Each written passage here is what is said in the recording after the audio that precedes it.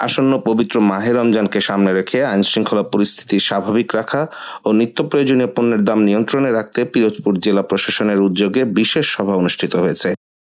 27 ফেব্রুয়ারি বৃহস্পতিবার জেলা প্রশাসকের সম্মেলন কক্ষে আয়োজিত এই সভায় সংশ্লিষ্ট দপ্তরের প্রতিনিধিরা উপস্থিত ছিলেন। সভায় সভাপতিত্ব করেন জেলা প্রশাসক মোহাম্মদ আশরাফুল আলম খান।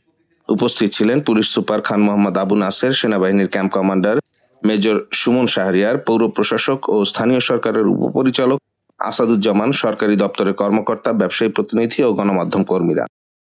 জেলা প্রশাসক মোহাম্মদ আশরাফুল আলম খান বলেন, রমজানে দ্রব্যমূল্য স্থিতিশীল রাখতে নিয়মিত বাজার মনিটরিং করা হবে। কৃত্রিম সংকট বা অতিরিক্ত মূল্য বৃদ্ধি রোধে কঠোর ব্যবস্থা নেওয়া হবে।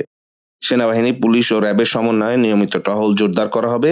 চিহ্নিত সন্ত্রাসী ও চোরদের উপর গোয়েন্দা নজরদারি বাড়ানো হবে। গুরুত্বপূর্ণ স্থানে নিরাপত্তা ব্যবস্থা আরো জোরদার করা হবে। যে উনি যেন ওনার টিম নিয়ে, আমার কাছে অনেক কিছুই নেই, হয়তো আমার ফাইন্যান্স নাই, আমার মেশিন পত্র নাই, কিন্তু আমার তো মন মানসিকতা আছে, তাই না? এখন আপনি ওই কালকে একজন একটা গল্প ছিল, কে ছিল ওখানে, তো আমাদের এক স্যার জামান গেছে করা হবে। জনগণের নিরাপত্তা নিশ্চিত করতে যা যা করা দরকার জেলা পুলিশ সেগুলো বাস্তবায়ন করবে। এখানে নেমে পার্কিং এলাকায় গিয়ে পার্কিং করে, কিন্তু সেই ব্যবস্থাপনা তো এখন নেই।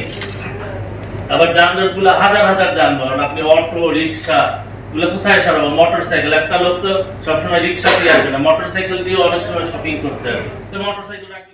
পুলিশ সুপার খান মোহাম্মদ আবু নাসের বলেন, পুলিশ, র্যাব ও সেনাবাহিনী যৌথভাবে কাজ করবে।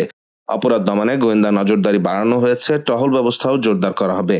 জনগণের নিরাপত্তা নিশ্চিত করতে যা যা করা দরকার জেলা পুলিশ সেগুলো বাস্তবায়ন করবে। খেজুর, ছোলা, মুড়ি, মাছ, মাংস ও কাঁচা বাজারের দাম স্থিতিশীল রাখতে বাজার তদারকি চলবে।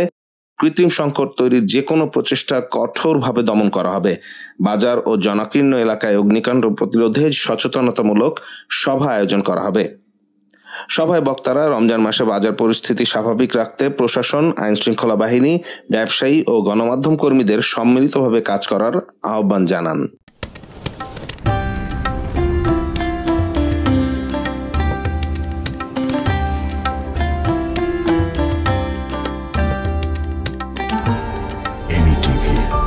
স্বাধীন বাংলার স্বাধীন কণ্ঠ।